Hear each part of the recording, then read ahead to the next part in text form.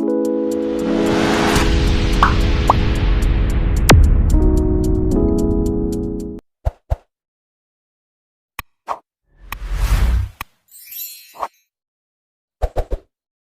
supaya itu gak terjadi, Nabi sekali salam itu menghadap hadirin, menghadap ke makmum, supaya jelas kalau beliau sudah tidak sholat.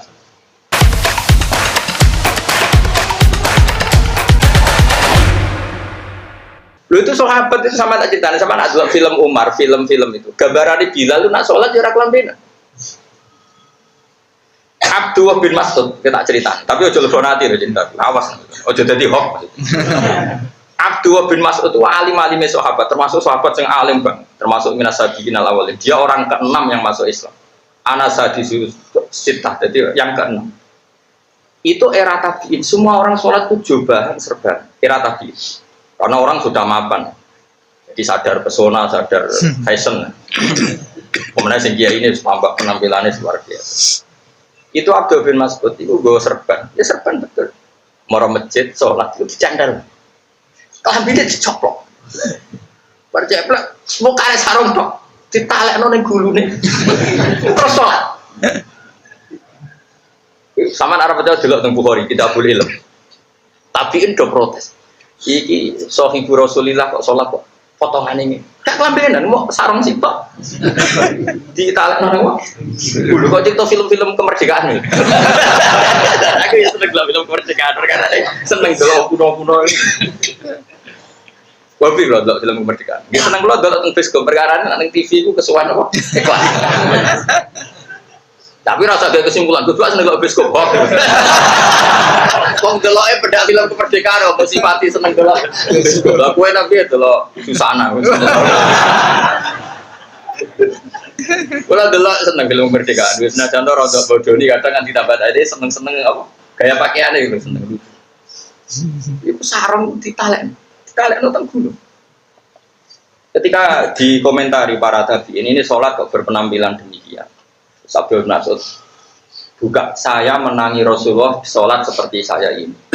Zaman itu tidak semua orang punya baju dua, apalagi punya serban, punya rida. Punyanya ya sarung dok. Mana sampai nyon saya katok itu katok dalam. Itu di sana habis itu sampai dubok. Perkara gini masjid, sahabat turun ya udah ketok. Mergo itu ini mau sarung dok. Duene mau sarung dok. Jadi orang duwe katok sarawil katok apa? Dalam.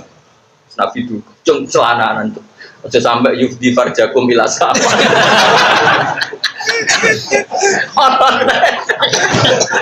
Wong wedok iku mampu. Mampu iku imame iku wis ditalekno ning dhuwur, sarunge rapati dhuwur. Bareng sujud ketok bokong. Lah bareng berjamaah takok. Ya ana sahabat sing usil takok. Piye imame mau piye? Tapi lucu. Jadi itu kenapa tane kira Quran wis gak maido, tapi pemandangannya walakin usturu istaqori ikum iku lho bokoke iku tutup. Akhirnya Abdul itu buka cerita dhisik iku salat ya wis ngene iki. Nak nganti penampilan koyok kowe iku mbok arani wajib kok repot. Kowe sambarno. Ngene iki ben tetep sunat tapi barno ana sing ora nglakon. Iku baru fatwa Abdul bin Mas'ud. Misale saiki umpama zaman ulama dhisik salat jubahan serbanan kabeh. Terus suwe-suwe nyongkone ngono iku syarat sae salat. Akhire kernet ra iso salat, penjaga Indomaret ra iso salat, Pak polisi wae dhuwur pelayan golek jubah. Pak satpam yo pelayan golek jubah. Itu barokah konstitusi. Tetap sholat model gitu sunat, tapi kudu ono sing ora nglakoni. Ben tetap sholat di ngene iki. Satpam ono takbir ya langsung Allahu Akbar. Penjaga Indomaret nganggo seragam Indomaret ya langsung Allahu Akbar. Tentara nggo pasekan sangar ya tetap. Andai kan dulu mulai tabiin dengan cara yang seragam pasti lama-lama dikira wajib. Dan kalau dikira wajib pasti berat bagi kondektor ya gue jubah, satpam ya gue. Karena ilmu tetap baru. Saya ulang lagi ilmu tetap. Akhirnya orang ulama selalu jubahan, ya baik itu sunnah. Ono sing ora tau jubahan kados kula nggih sunnah. Karena sekali ulamanya jubahan semua, pasti umat ngira itu wajib. Itu pasti. Dan kalau wajib pasti gedong ya, paham ya? Tapi terus itu nambah simpul loh. Oh, terus Gus Bak jubahan ra sunat kok. Senengan kok nyimpul loh. Tegoblok nyimpul loh. Aku mau cerita konstitusi hukum. Terus terakhir Abdul bin Mas'ud dawuh ngene. Innama fa'altu hadzal yaroni al-ahmad mislu. Mencetak ziarah gunung budu-budu koyo kowe ora. Karena tadi pas itu tabiin sudah kayak seragam salat itu pakai jubah, pakai. Nah, terus kan kuwatir iki nak nganti ngene terus dikira wah. Coba kayak petani yang sedang bercocok tanam ning hutan. Terus kudu sangu. Coba seragam. Nah, saiki kan enggak. Celananan tok jare rusak kabeh takbir ning gubuk damai. Malaikat ya seneng wae keren. Salat celananan tok wis gubuk rusak kabeh. Ya itu. Dan itu Allah seneng. Ya kan tadi, bahkan sebagian riwayat Nabi Dawud Allah ora delok pakaian, delok watimu. Sehingga karena hadis itu begitu jelas bagi kalangan ulama dan semua ulama, sholat itu penampilan rata seragam saat ini. Orang Mesir pakai seperti itu. Orang Turki ulamanya pakai turbus yang besar seperti itu. Orang Uzbek, khotib itu udah tahu keturunan, nganggo dasi, ya, celananan, dasinan, gak usah ketu, khutbah. Ya sudah seperti itu. Karena aturan sholat adalah pakai pakaian terbaik. Terbaik cara kono sarong ku nak ning India, iku wong golek ulo. Iya gitu. Delok ning film-film India. Sing sarongan golek apa? Jadi artinya apa? Kalau kamu pakai sarung di India itu pakai pakaian sing mahana, sing hina. Sehingga orang sana merasa terhormat, pakaian resmi pakai celana, pakai jas. Itu pakaian terbaik. Ya sudah, berarti kesunatannya seperti itu. Karena sarung simbol wong golek ula kobra. Ya sudah loh, kan tidak semuanya sepakat itu simbol apa kan tiap daerah kan. Malah di kota-kota ada orang tua sarungan bar sunat Pak. Ya gempung bar apa? Sunat. Ini kan nggak ada konsensusnya. Mungkin sarung daerah sini lazim untuk santri, tapi di daerah lain. Ya contoh gampang kan, sudah sering kita film India, itu wong golek ula udah macam. Enggak boleh. Enggak sarung. Sehingga ulama sana pakaian kebiasaannya pakai apa? Pakai celana, pakai sholat. Jadi ukurannya enggak ada permanen. Karena wa ma arsalna mir rasulin illa bilisani apa? Oh, semua itu ngikuti gaya. Ya di Indonesia sudah seperti ini. Tapi mungkin nanti kota aja sudah rubah. Sekarang yang celananan sama yang sarungan banyak mah. Sudah mulai banyak yang celana, asal celananya komprang keren. Dan nanti ada yang pakai nambahin cingkrang, ya itu kan definisi itu terserah lah. Tapi yang kena aku nanti rubah, kayak di Iran ya rubah, di mana Uzbekistan yang daerahnya Imam Bukhari juga rubah. Ya jadi saya ulang lagi, Dawi Sengarang Islam Taufik termasuk dosa besar adalah ijab malam wajib, mewajibkan sesuatu yang tidak wajib, meskipun itu kebaikan. Bukti ini Rasulullah saja yang tahu siwak itu penting dan etis karena mau sholat, mau sok mambu rokok. Iku Nabi ngendikane ngeper laula an asyukko ala ummati. Andai kan tidak memberatkan umatku, la amar tuhum bisiwak. Pasti saya wajibkan siwak. Berhubung berat, enggak situ wajib. Intinya Nabi itu pantangan mewajibkan sesuatu yang tidak. Akhirnya ulama alim-alim keterusan. Santri radi wajibno kelambinan putih, radi wajibno merawat, radi wajibno Senin Kemis, gak diwajibno wiridan. Udah ada, kan sing boboling ya. Gak ada. Ya, tapi wong alim kadang yo keramat ikhlas. Lala yo rapi piye, lala sing saleh yo tetep pakai.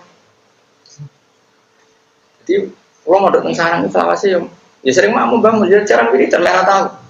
Sing lah akhir sing siap wiridan enggak sapa awal. Angger sing siap wis enggak kuwi. Siap melayu. Ya ana sing kok ngarep suwi nganti yai mundur ora mulai jebule keturun. Lah kok tusuk temen nganti kene mundur Pak. Jebule kok.